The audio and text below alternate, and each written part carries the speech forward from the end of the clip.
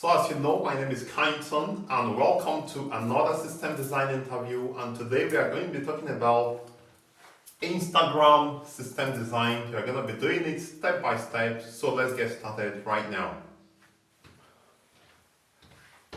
So again, there are 6 steps you need to follow to design a system like Instagram. The first one is identify the functional requirements of the system. Step 2, identify the non-functional requirements of the system. Number 3, identify the system components. And number 4, identify your storage choice and memory requirements. Then we have performance and scalability, and then we have user timeline or user feed generation. I listed these things out so you can actually see them right here. So these are the 6 steps you need to follow. In systems like mobile applications, because Instagram is considered a mobile app, you need to specify identifying your system component. In the previous tutorial when I talked about design of TikTok, I mentioned identify the API endpoint. But in this case, for mobile applications like WhatsApp or Instagram, you have to replace identify API endpoints with identify your system components and services. Now there's a caveat to this. The interviewer have decided that we should design Instagram using a microservices based approach. And that means that our components can be the same as the services. So we identify our system components or the services that make up the Instagram system. So let's go ahead to get started. We're going to start from the first one, identify the functional requirements. Again, if you are joining me for the first time, if this is useful to you, please consider liking and subscribing to my channel, as this kind of motivates me to make more. Okay, so let's write down as we go. Where's my blue pen? Okay, so the first step you need to follow, identify the functional requirement of the system. So I'm going to just write it from here. Functional, this is step 1. This way. Now, the more functional requirements you're able to outline, the better. But don't spend time to explain them. Just make sure you know all as much functional requirements as possible, but kind of clarify with your interviewer which functional requirements you need to actually zoom in on. So in this case, we have a number of them. Instagram is for posting images, right? Users post images or videos or clips, and then other users can view them. So let's start by writing number 1. Upload or post images. Let's call it media. Number 2, we also have get images and videos. Let's say view. Let me use get, because get or view media, right? So Instagram allows to follow, right? So we have follow user. We have comment on post. You have comment on post or comment on media or whatever. It's actually comment on post. We also should have like. I don't know if Instagram allows to reshare, like retweet. I don't know about that. So let's keep it simple. We have upload media, get view media, follow user, comment on post, like. We also have the user feed. That is when you log into Instagram for the first time. You have a user feed that's list of items, maybe popular trending videos or images that are displayed there. So I'm going to just write it view user feed, which is the same thing as user timeline. Okay. So let me see. Am I missing out anything? For now, no. Like, okay. 1, 2, 3, 4, 5, 6. So these are the 6 functional requirements we've identified. Let's now go to non-functional requirements. Non-functional requirements applies to or means how the system is going to perform, right? Functional requirement means what the system will do. Exactly what will the system do, or what will the users do with the system. Non-functional means how the system will perform. So one of them should be able to scale. So be able to scale means if there's a surge in number of users, for instance, some festive seasons, users start joining Instagram, there are millions of users joining per day, your servers should not crash. The system should be able to scale up to accommodate this number of users or this number of posts that happens. We need to use an efficient protocol. Okay, you have to choose a very efficient protocol, very important. And we also have, it should be microservices. The performance should be high, okay? High performance.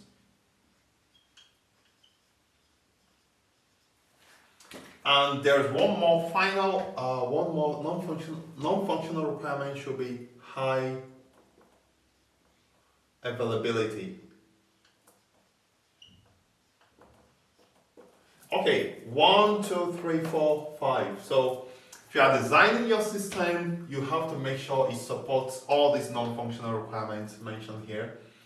There's another thing I forgot from the functional requirement, whether the system is going to support chat. So maybe I'm going to just add it maybe somewhere. Let me just add it here, chat.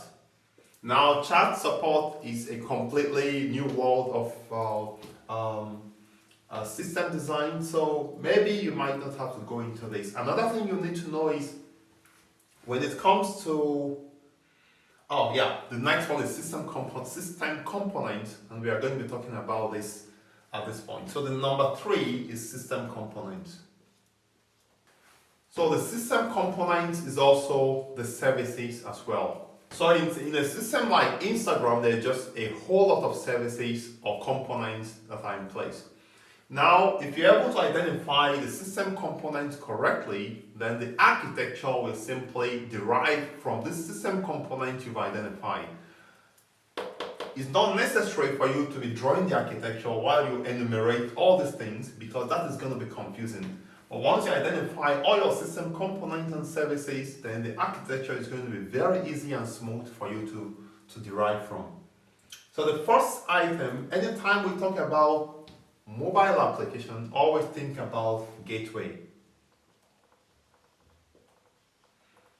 So we need a gateway, right?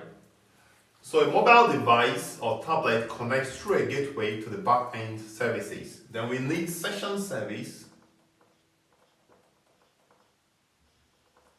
So from here on, session service, there will be a lot of services that I'm going to be listing because we talked about it has to be a microservices based architecture. We have post.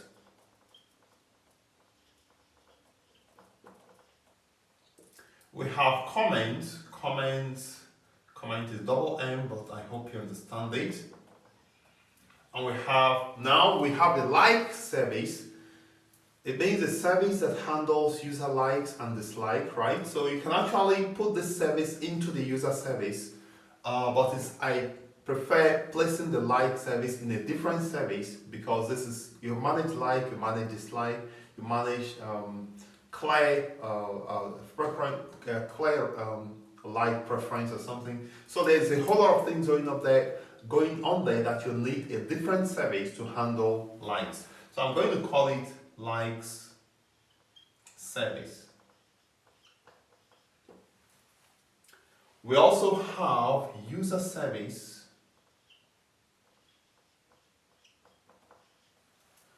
So what other thing can you think of? We have comment, we should need follow.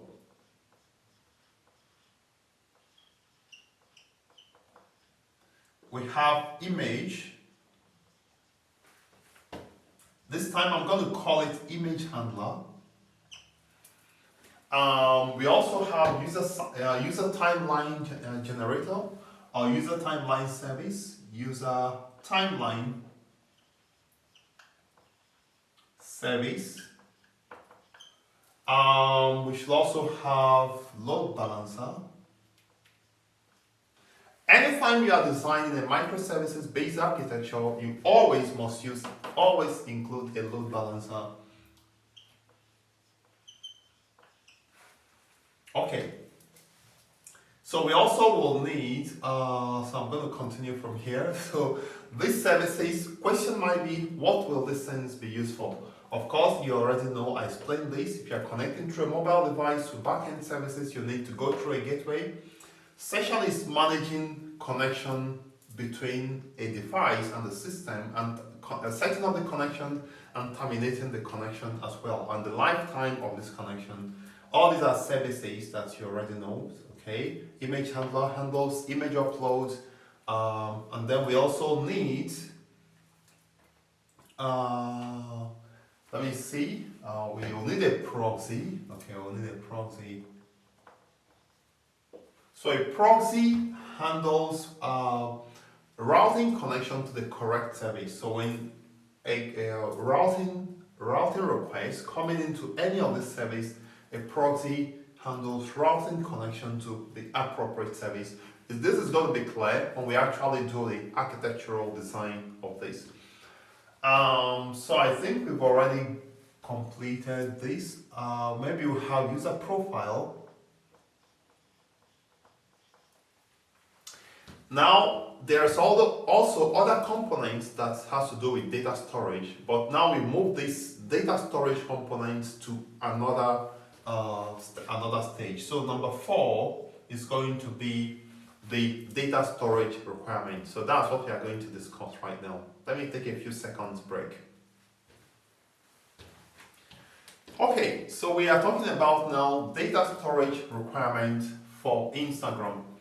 We'll need, so let me write it down, data storage.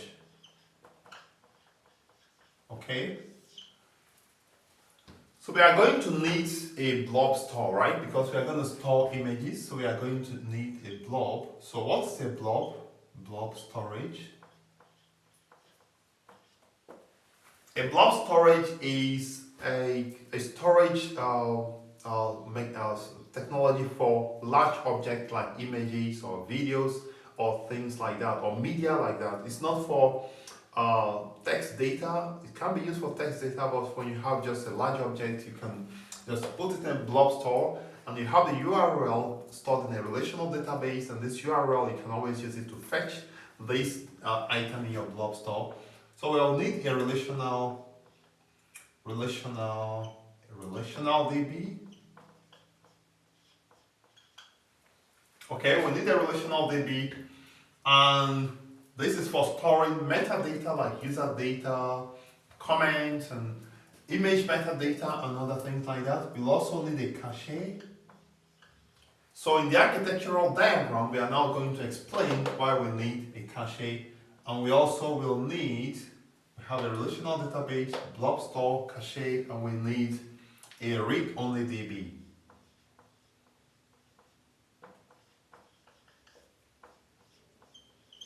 So read-only DB is more or less like a snapshot of this one, right? So this guy here copies data into this. So this is scaled up for performance because there are many people reading from the system than writing. So we want to keep the read and write stores separately because they are going to be scaled in different ways. So the next thing is to discuss performance and scalability. Okay, so the next thing now we are talking about discuss, that is number 5. Performance.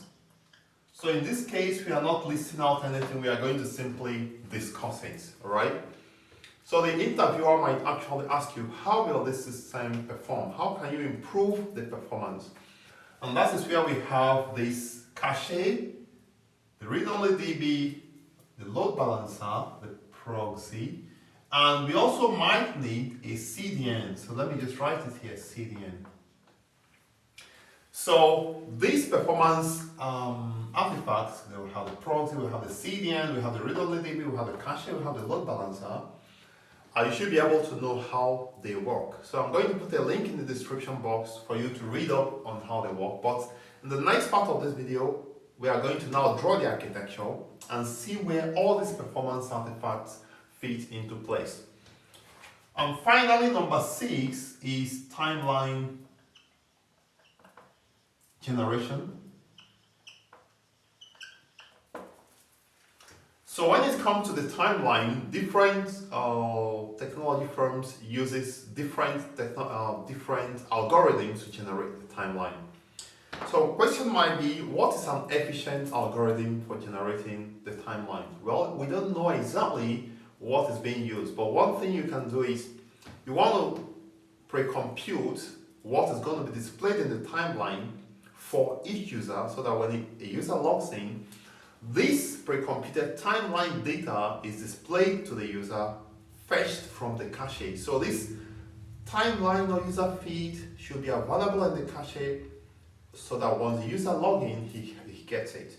You don't want to start performing algorithmic operations and database search to fetch and aggregate this timeline when a user logs in. You want to have this pre-computed in the background and keep it in the cache so that when the user logs in, he sees it. So we have, let me just show you. So in this service, user timeline service, there's a cache inside the user timeline service. It's going to be clear when we draw the architecture. So there's a cache here that improves performance. And one algorithm that can be used, or one method that can be used to generate timeline, is to fetch videos from the users that the current user follows, right? So if you follow 10 people, we can fetch all the last video they uploaded and use it to build your timeline. We can also fetch from trending videos or trending images and use it to build your timeline. So when this updates, if someone you follow updates a new video, your timeline is pre-computed even when you are not logged into the system at a particular point. So in this way, we can have data being fetched from the cache, in this case the timeline, and displayed for the user immediately he logs into the system. Now let's now go to the architecture of Instagram. Let's build up the architecture and let's see how it is. First, this is the architecture, so I'm going to just show you a little bit. This is how it looks like. I built it on Lucid Charts, but we are going to now build it on my whiteboard. So let's do it right now.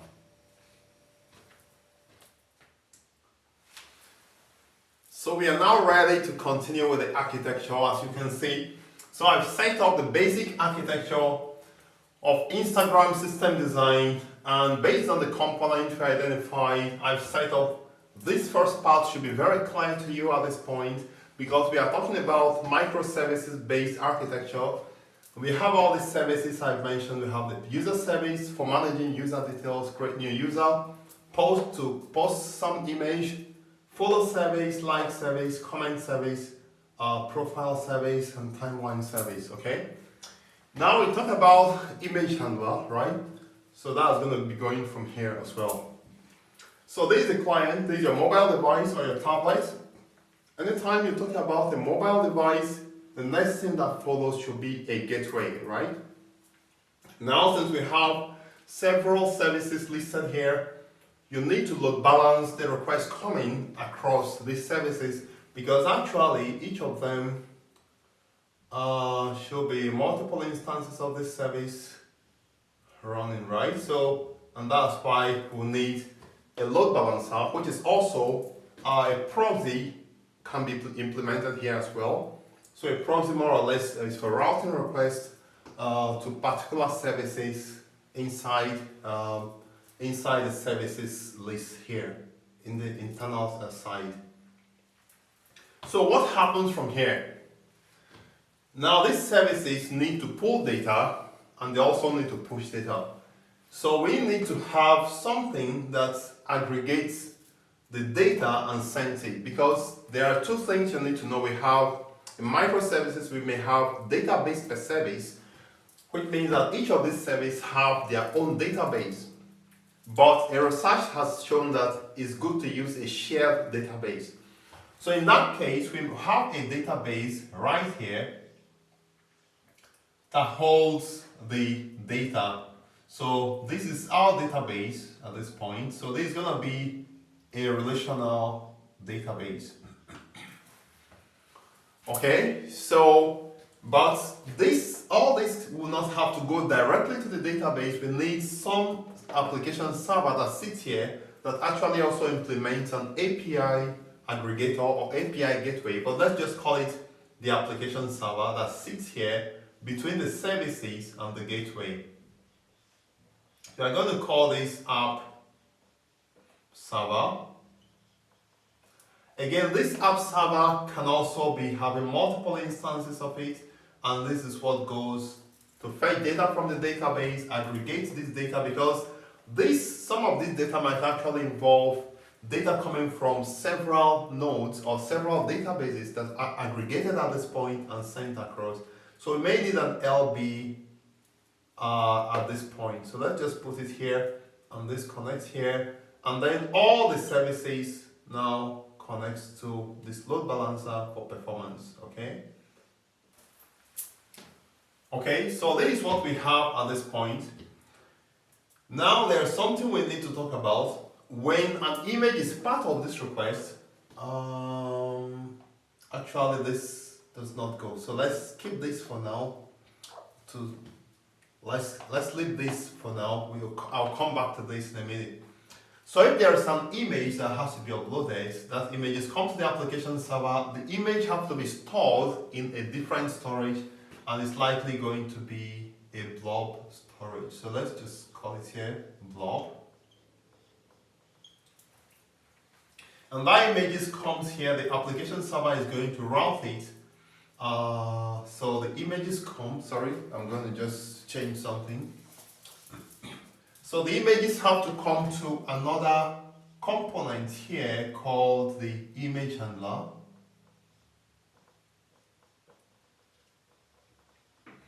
So the image handler is responsible for getting the request that contains the image, sends the image to the blob store, and gets the URL for this image and updates the metadata on the relational database. So we have the blob store somewhere here. So this image sends data to the blob store and gets the URL and updates the application server, and this is how the image handler communicates. Now the blob storage actually goes through the image handler, so it doesn't actually connect directly to this place. Okay, so this is our relational database, and we have an image handler. Now we have this timeline service, right? So this timeline service caches a little bit of data right here. And so since this timeline service has to be fetching data frequently, because that's what displays the timeline, it's going to be doing a lot of read operations, we also will need another database. Actually, this should be close to this one, but let's just write it here. So there is going to be a read DB, and this guy here will fetch data from this read DB. So actually there is a communication, so let me just put right here.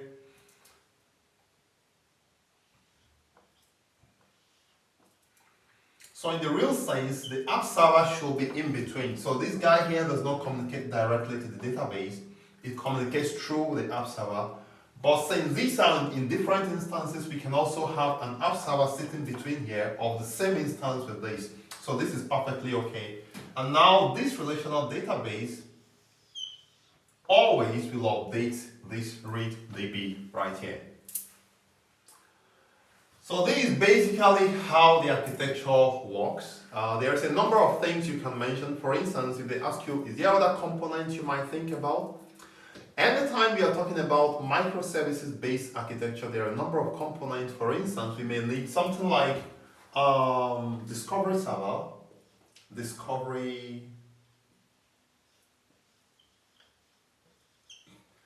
So discovery server, in a situation where you have so many microservices, discovery server improves the performance to actually find the service immediately, and this works with something called the service registry. My ink is running out, so let me use the right one. Hope you don't mind. So service registry. So there is another component. So if you have all these services here, they are all registered in a place called, in a component, which is also a microservice called the service registry. So these services are all registered. If a new service is created, it's registered here. It's like it's just like the name is, the service registry. So this is basically the architecture on how Instagram works. So this is the Instagram system design architecture. Actually, we can actually do a bit of more optimization, and a whole lot of other things can be done to improve performance here. But for now, for an interview scenario where you have about 30 to 45 minutes, this is perfectly okay. Now, another improvement you might talk about is putting a CDN. Oh, sorry. So the interviewer might ask you, what is a CDN? So this is Content Delivery Network. So basically that's a way to cache some data somewhere before the client. So these data cached, they are distributed in different locations. So once the client tries to connect, we check the location of the client, and then it fetches data from the particular CDN where the data is cached. Another thing you can talk about here is something called sharding, right? Sharding is very important in case of optimization. So let me just write it. Sharding. So it's a way to horizontally partition your database into shards or partitions based on certain criteria. Maybe the index of this database, for instance, data from index 0 to 1000, they are placed in one shard. Shard is simply a particular database, because these are like several database servers, not physical servers, but database servers. So we can have different partitions that contains particular data. So if somebody wants to fetch a data that falls into that range, we go straight to that shard and retrieve this data. So that's where we have sharding can be performed here to improve performance. So this is basically it on how to design, how the Instagram system design works. In case you need more details on it, I've made a step-by-step on my website. Check the description of this video. I've also made system design video on Instagram, WhatsApp, and a few other things. Also, I place the link in the description of this video. I'd like to thank you for viewing. If this has been informative for you, please remember to subscribe to my channel, and also like, and also share this video around, as this kind of motivates me to continue making this lesson for you. For now, I'm going to stop here. I remain Kinds on the Tech Pro, and I'm always there for you.